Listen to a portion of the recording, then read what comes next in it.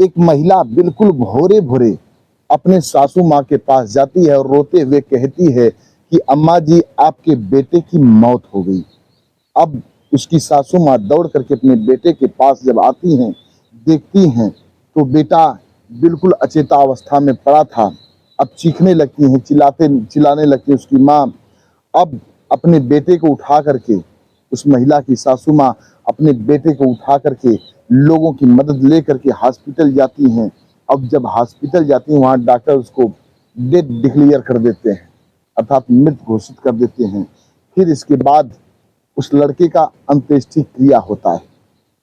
अब जब अंत्येष्टि क्रिया हो जाता है तो 4 दिन बाद पता चला कि उस लड़के की शादी जिस महिला से हुई थी, जो महिला रो करके अपनी सासू माँ के पास गई थी बताने के लिए, वही महिला अपने उस पति को बिजली का करंट दे करके हत्या कर दी थी।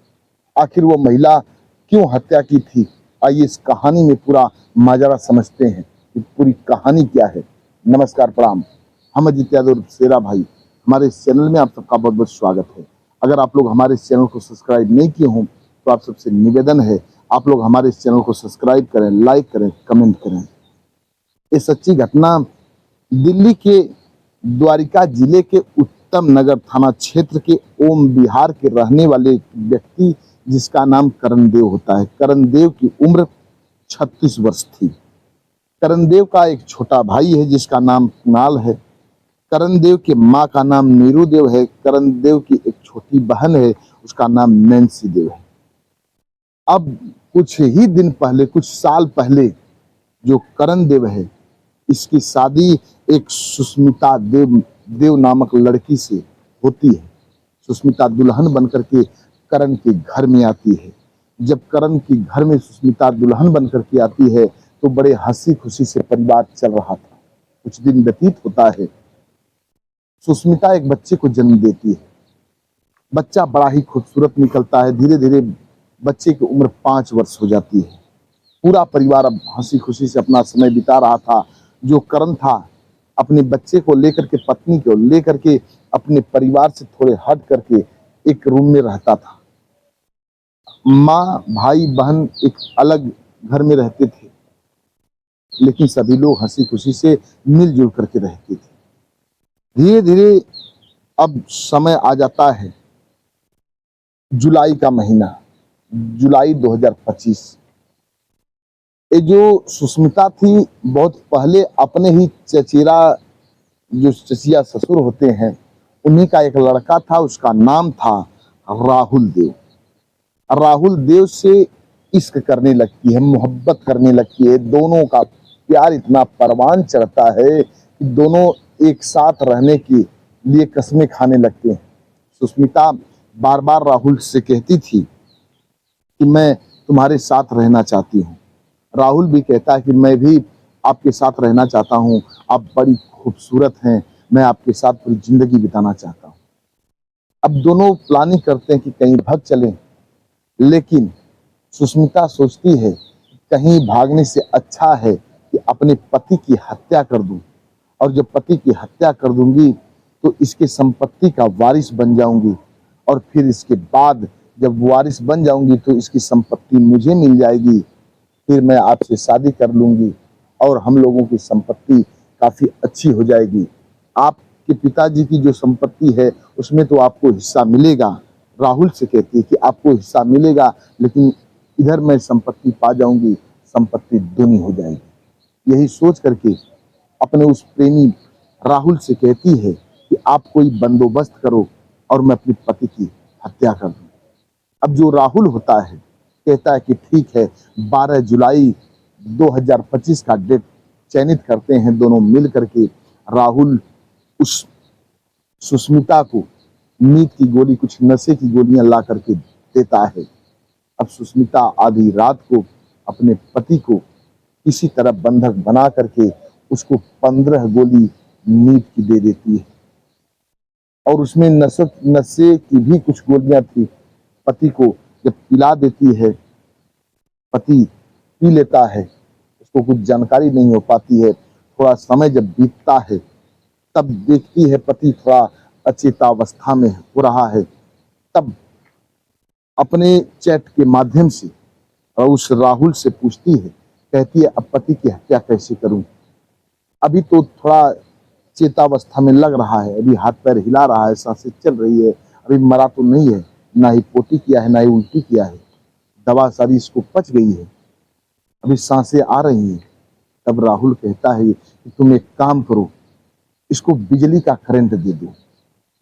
तब पूछती है सुष्मिता की बिजली का करंट कैसे दूं। तब राहुल कहता कि टेप से उसको पहले एक जगह बॉडी में वो जो तार होता है वायर उसको चिपका दो, फिर इसके बाद मेन स्विच में उसको जोड़ दो तार को और स्विच ऑन कर दो, उसकी मौत हो जाएगी। सुबह सुबह हल्ला कर देना कि बिजली का करंट लगने से हमारे पति की मौत हुई। अब उस प्रेमी की बात को सुष्मिता मान जाती है, जैसे जैसे वो कहता है वैसे वैसे वो करती जाती है। अब रात को जब मौका पाती है, फिर इसके बाद उस प्रेमी को भी बुलाती है और इधर बिजली का करंट अपने उस पति को दे देती है। पति तड़प तड़प करके कमरे में दम तोड़ देता है। जब दम तोड़ देता है पति, फिर सवेरा होता है। सवेरा होने पर अब रोती बिलखती अपने जिस रूम में रहती थी वहां से कुछ दूरी पर उसकी सास रहती थी, अपने सास के पास रोती हुई जाती है और कहती है कि अम्मा जी, आपके बेटे अर्थात मेरे पति की मौत हो गई है।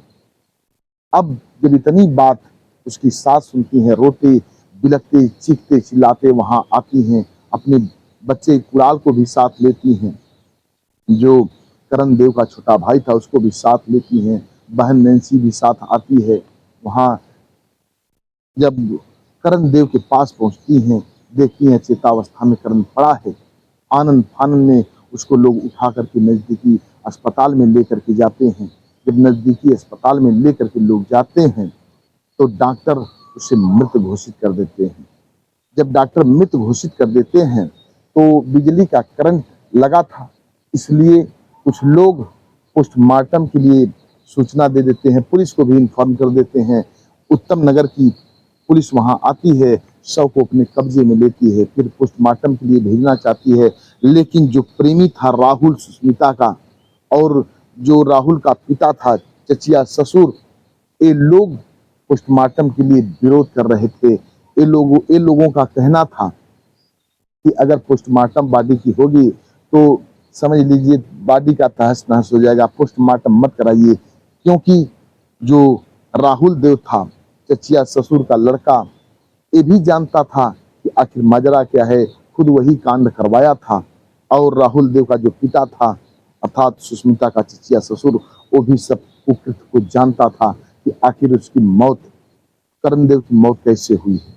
इसीलिए दोनों बाप बेटा पोस्टमार्टम के लिए मना कर रहे थे, लेकिन घर वाले जबरदस्ती करते हैं और पोस्टमार्टम करवा ही देते हैं। तो उसमें पता चला कि इसकी बिजली करंट से मौत हुई है। अब सभी लोग दाह संस्कार अंत्येष्टि क्रिया जो भी होता है सभी लोग घर के लोग कर देते हैं। करने के बाद 4 दिन बीत जाता है। 16 जुलाई को कुणाल देव को, करण देव के छोटे भाई को किसी माध्यम से ये जो राहुल देव है इसका मोबाइल मिल जाता है। जब मोबाइल मिल जाता है तो उसमें देखता है करण राहुल देव सुष्मिता देव से चैट किया था और चैट में जो कुछ बताया था उसे देखते ही कुणाल सन्न रह जाता है। माँ को भी दिखाता है उस चैट को, बहन को भी दिखाता है और रोते हुए नजदीकी थाना उत्तम नगर में पहुंचता है।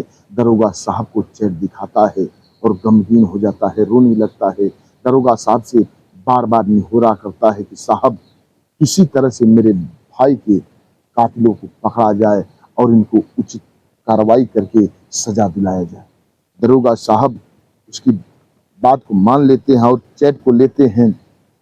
फिर इसके बाद उस सबूत को लेने के बाद अब सुष्मिता को गिरफ्तार करते हैं और राहुल देव को गिरफ्तार करते हैं। गिरफ्तार करने के बाद थोड़ी सख्ती दिखा करके जब पूछताछ करना चालू करते हैं तो दोनों अपने गुनाह को कबूल कर लेते हैं। दोनों बताते हैं कि हम लोग सालों से एक दूसरे से मोहब्बत करते थे। सुष्मिता कहती है कि मैं उनकी जमीन के चक्कर में, जायदाद संपत्ति के चक्कर में अपने पति की हत्या कर दी और इसलिए हत्या कर दी कि संपत्ति मुझे मिल जाएगी और मैं इस राहुल देव के साथ रहूंगी, संपत्ति दूनी लेकर के, जिंदगी में कोई तकलीफ नहीं आएगी। जब दरोगा साहब इतनी बात सुनते कहते हैं अब तो तुम लोगों ने खेल बिगाड़ दिया, अब तो तुम लोगों को तकलीफ ही तकलीफ झेलनी पड़ेगी। दरोगा साहब अब इन सबको जेल भेज देते हैं और इधर पूरा परिवार गमगीन हो जाता है। भाई अपने भाई के लिए गमगीन है, बहन भाई के लिए गमगीन है, माँ अपने बेटे के लिए गमगीन है, जो 5 साल का नन्हा सा बालक है वो भी अपने पिता के लिए गमगीन है। सभी लोग द्रवित हैं। बस आज की कहानी इतने तक। इस कहानी को सुनाने का उद्देश्य किसी को परेशान करना नहीं, किसी के दिल को दुखाना नहीं है, बस आप सबको जागरूक करना है, आप सबको सचेत करना है और आप सबको एक जानकारी देना है। हमारे कुछ व्यूअर हैं जो कि अपना नाम लेने के लिए अपील किए हैं। एक हैं ब्रजेंद्र सिंह, ये मणिपुर के रहने वाले हैं। राव मोहम्मद यासीन, लाहौर पाकिस्तान के रहने वाले हैं। अनुज कुमार त्रिपाठी, लखनऊ उत्तर प्रदेश के रहने वाले हैं। महानंद जी फरीदाबाद के रहने वाले हैं। ये लोग हमारी हर कहानी सुनते हैं, बेहद पसंद करते हैं। लोग वीडियो में नाम लेने के लिए अपील किए थे, हमने बारी बारी से इन लोगों का नाम लिया। आप भी अपना नाम बुलवाना चाहते हैं तो कमेंट बॉक्स में अपना नाम दीजिए, एड्रेस बता दीजिए, आप सबका भी बारी बारी से नाम लिया जाएगा। चैनल को लाइक सब्सक्राइब करना मत भूलिएगा। मिलते हैं अगले एपिसोड में किसी एक नई कहानी के साथ, सच्ची कहानी के साथ। तब तक के लिए नमस्कार।